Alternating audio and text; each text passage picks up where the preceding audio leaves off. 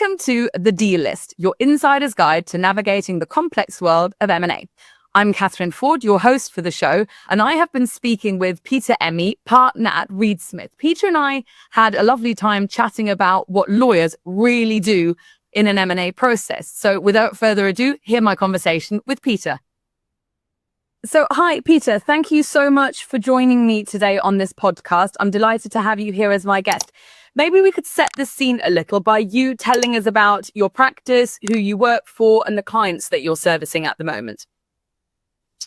Thank you, Catherine. So my name is Peter Emmi, and I'm a partner at Reed Smith in the New York office. I focus on technology transactions. I have a background in some patent and trade secret litigation, as well as patent prosecution. I'm a patent attorney as well. And I had a prior career for 17 years at IBM as an engineer and researcher, and eventually in the legal department doing different types of deals for IBM. So a really strong tech background there. Let's jump straight in. We're thinking about sort of diligence and what lawyers actually do when it comes to due diligence in an M&A transaction. Talk to me about the highs and lows in your workday. What are sort of the things that get you really excited in the morning when it comes to going to the office? Let's start with the highs before we dig into the lows.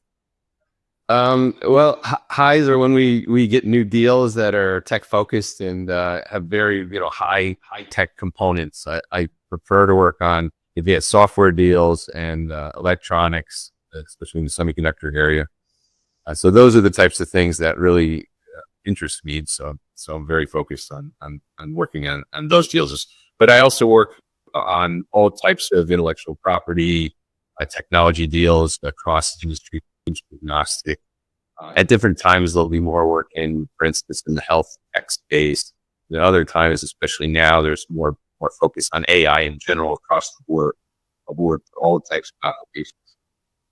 And obviously, those are sectors that have been incredibly active over the last couple of years. They've also become much, much more complex. Has that affected your work, the enjoyment that you have on the work? Do you relish that additional challenge that we're seeing in that space at the moment?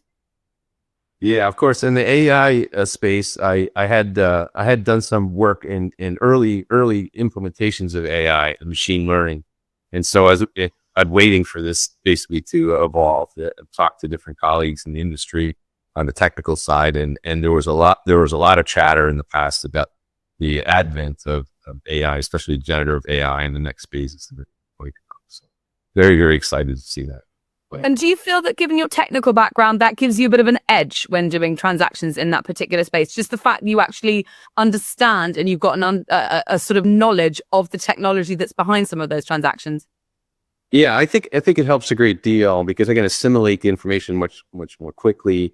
I can ask the right questions of researchers. I'm not only limited to talking to attorneys or some of the higher level business people. Sometimes I'll talk to the head of research, and I'll actually understand what's going on and get a better feeling of that.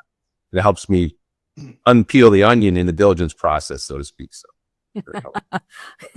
I can imagine.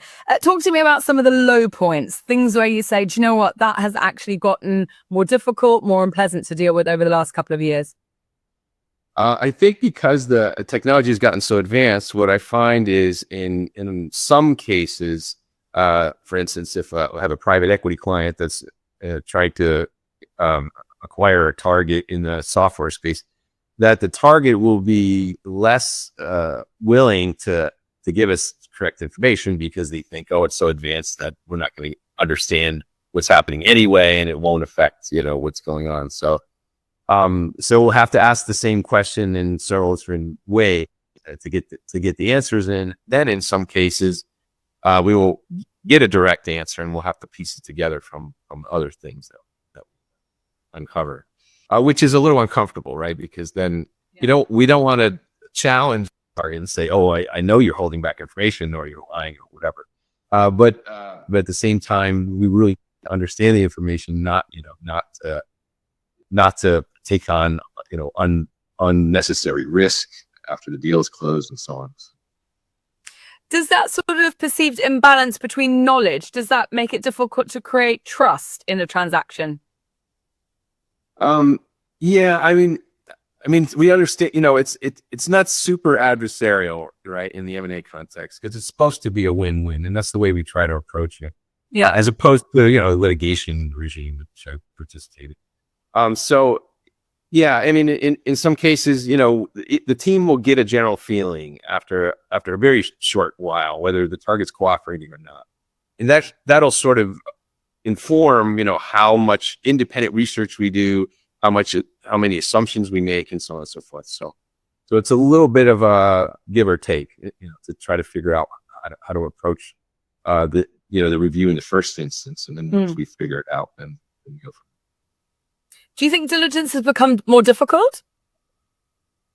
I think in the tech space it has, right, because the technology is so advanced. It used to be that the tech space was pretty laid out, even for those who were non-technical. At least the state of the technology was such that it wasn't hard to sort of dig into the of what was going on. But now there are a lot of different factors, and especially the advent of big data, big sets of data that they're being pulled from all over the world in all different places. That's become a little bit more difficult to trace and to diligence.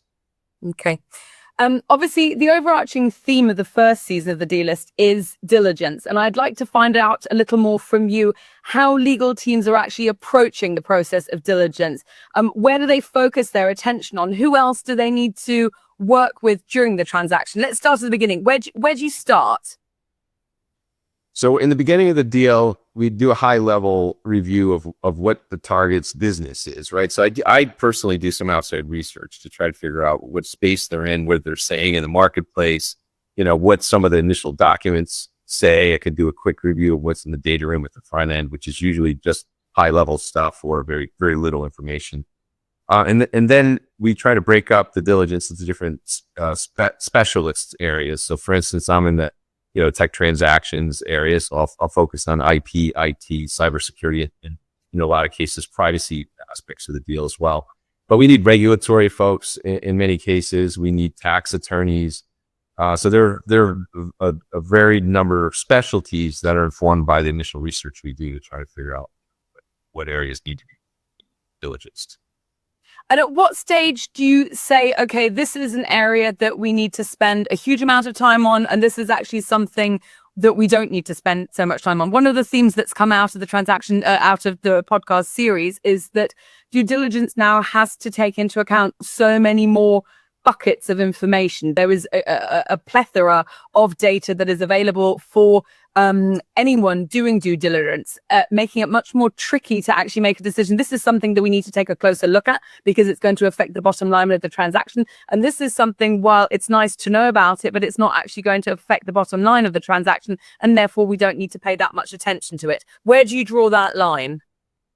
Yeah, in fact, the reason why it's becoming more difficult is because that line is being drawn later and later in the process, closer to the time at which they want to sign the contracts or do a simultaneous sign and closing. So the stakes are much higher as you go further into the process because both sides have spent, money and time and energy in trying to get this deal closed. And so as the longer you go, the expectation is higher that it's going to actually get signed and closed. So at the last minute, finding things and raising them and saying we need additional information or additional time becomes quite painful for both parties. And sometimes there are time limitations that affect the tax implications or the financial implications of the deals. And so those get quite stressful and tense at the last minute.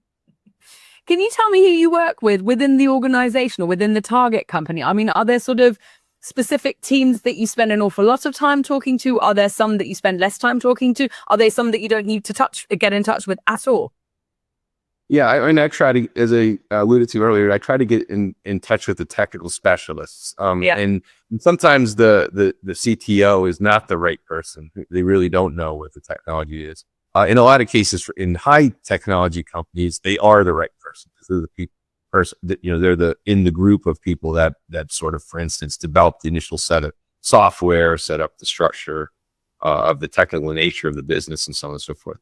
So you have to find the right people. So sometimes it's either the CTO, or it could be the head of research, or it could be a researcher on the line. I had a biotechnology company one time that where I found that one of the researchers, middle level researchers in the lab was the right person to talk to, but it took some time to get to that conclusion. But Peter, as you mentioned, there is a caveat to that statement that sometimes you need to find someone lower down the food chain, so to speak, who can give you that insight. Can you give us that caveat, please? Yeah, in some deals, there's a clean team, so you can only talk to those folks in the organization because they don't want the information to leak, and they want to keep it to a very small circle of people. And in those cases, you do the best you can, and you look for outside sources, and we can try to figure out what you can. And that obviously presents its own set of challenges as well. Yes, that's right. Yeah. So it becomes a little more challenging in those situations, but so maybe you try to look for outside information that without divulging what's going on. But you have to be very careful of that. Yeah, I can imagine. Talk to me then about how the use of AI has changed your day-to-day business. So what are things that you used to do that you can now outsource to AI? Or is it just something where AI is functioning almost like a gatekeeper in that it reduces your workload, but you still have to go over it, but you can give more time and dedication to those 600 documents, say, rather than taking the 10,000 and going through all of those? Right. So there's two facets of it. So there's the one you just mentioned where even though I have a team of associates looking at documents, I can go in with AI, do a quick search, call that search, spot check, and I can get a feeling for what's in the pool of documents without having talked to any of the associates before, before I make conclusions. So I can get a quick feel for what's in there. So when I get the results back from the team, I can say, well, that doesn't make sense from what I've seen, or it does. And I can make that determination much more quickly. On the other side of things, what I can do at the front end of the deal is I can use AI to get an idea of what the target has put out into the market, what marketing materials it has, what products, what feedback people have given to their products or services. And then I can also do comparative analysis of competitors and what the strengths and weaknesses are of competitive products. And so I can get a very good feeling of the entire market around that business to understand what I should be focusing on in the diligence. Okay. Thank you very much, Peter. We're going to take a short break. And when we come back, we're going to talk about some of the best practices when it comes to actually using AI. Intralinks Deal Center AI, the smart choice for next generation deal making. Integrated, intelligent, intuitive. Transform your deal making with Deal Center AI. Intralinks. Go forward. Peter, coming back now to the question of best practices when using AI, there'll be lots of people who are listening to this and say, well, that's all great from a theoretical point of view. What does it mean in practice? What are the things that we need to really keep in mind if we start using AI in a transaction? Well, I mean, going back to the same theme, and you've seen it in the press as well, you have to double check the outputs. You have to go back and sort of backtrack a little bit once you get a piece of information that's coming from AI, and it says there's a real issue here. It gives you a snippet of information. Really have to go back and look at the document from which it came, the documents that surround it, and really understand what that means and if it's real in the first instance. So that's the thing that's happening, and it's being quoted among the legal community and outside the legal community as well. You can see the different articles out there that are talking about that. So there's got to be human intelligence inserted into that, and that's one of the things that I talked about in the paper that was recently published that I wrote. And we're gonna reference that paper in our show notes.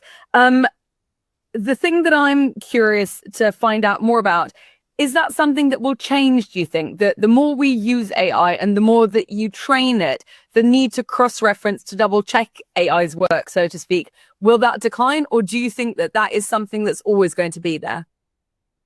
I think it's always going to be there. I think you're going to need to put less effort into the sort of cross-checking and back-checking work as AI evolves and users are able to to, and even law firms are able to customize it such that there's a corpus of data from which AI is drawing that you feel more comfortable with and you trust. Right now, it's pulling from all over the internet, but it can be honed and sort of the data can be massaged in certain ways in which you can trust the outputs more because you know exactly what you're getting the inputs from. So, Peter, all of us have been in that situation where we've done all our diligence, we've done all our research, but then something comes as a curveball and you discover a piece of information completely out of the blue and it actually has a huge impact on the transaction. Have you ever found yourself in that kind of situation as well?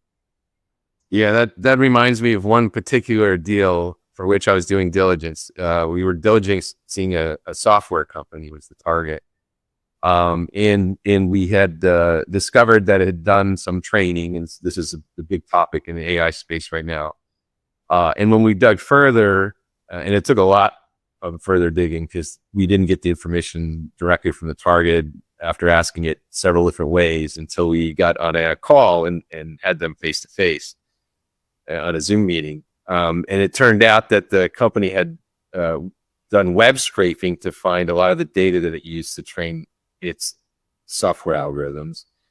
And upon further digging and further information that they had provided us, one group of that data had come from a source that was currently being litigated by the owner of that information with a separate entity. So it turned into a really, really big deal. And it didn't kill the deal, but it certainly changed the deal parameters.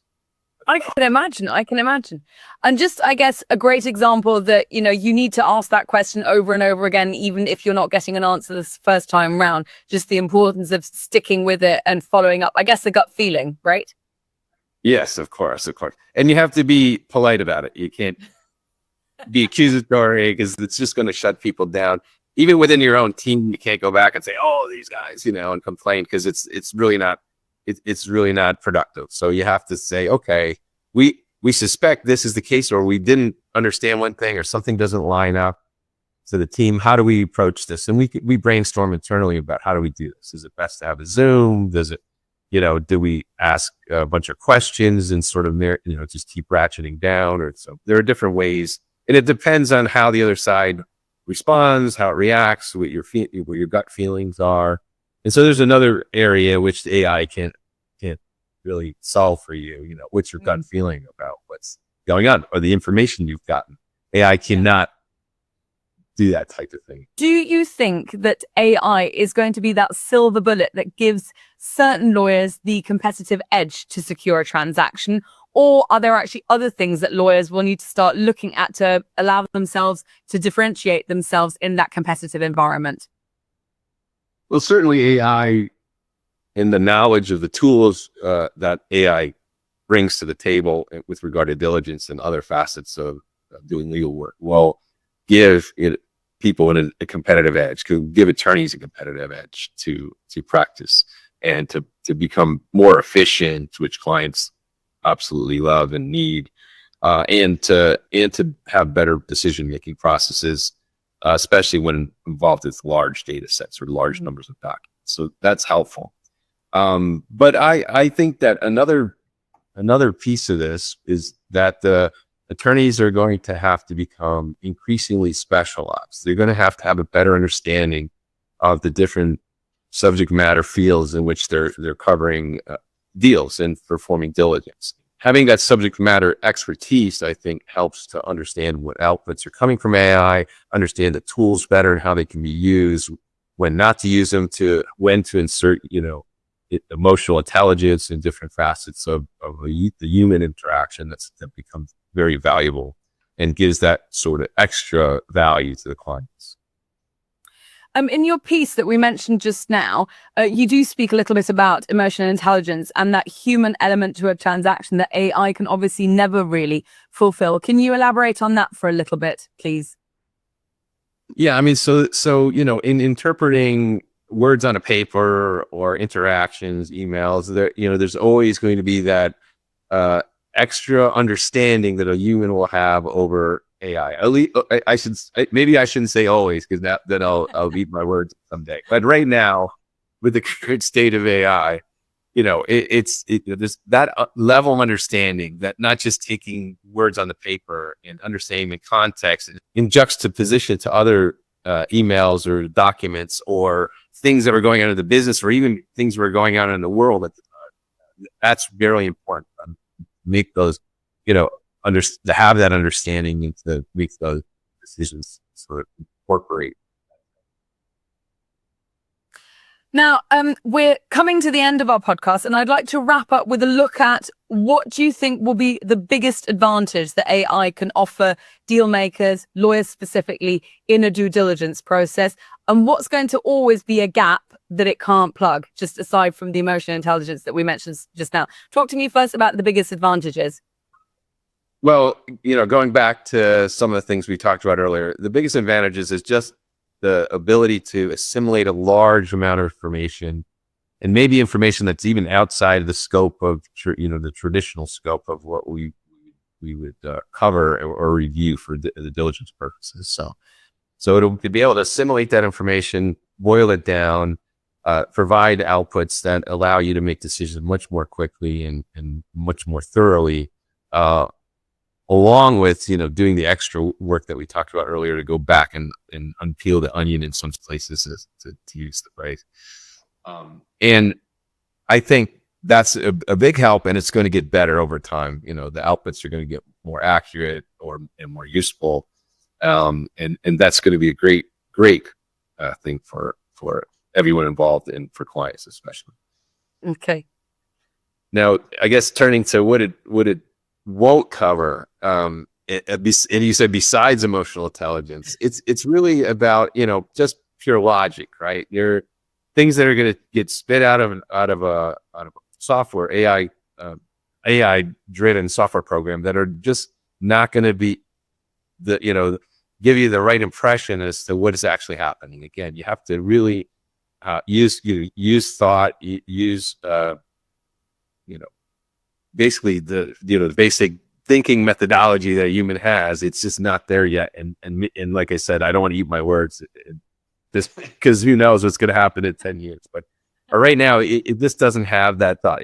Just simply, combs through what it sees in the documents, the words that are in the documents, and it spits out the information based on the algorithms that are used, that are in there, or at least maybe the queries that put into the tool. So, that extra level of thinking about what is going on is something that I think humans will. I think, and I guess in a lot of cases, I'm reading articles where people hope that it will always be the case that the humans, that thinking process in the human mind is always going to be a very useful tool. I very much hope so. I think both you and I will find ourselves without a job if the machines ever take over. Peter, thank you so much for sharing your insights and your experiences in this incredibly exciting space. Thank you for coming onto the show today. Thank you, Catherine. I really appreciate your time. Thank you.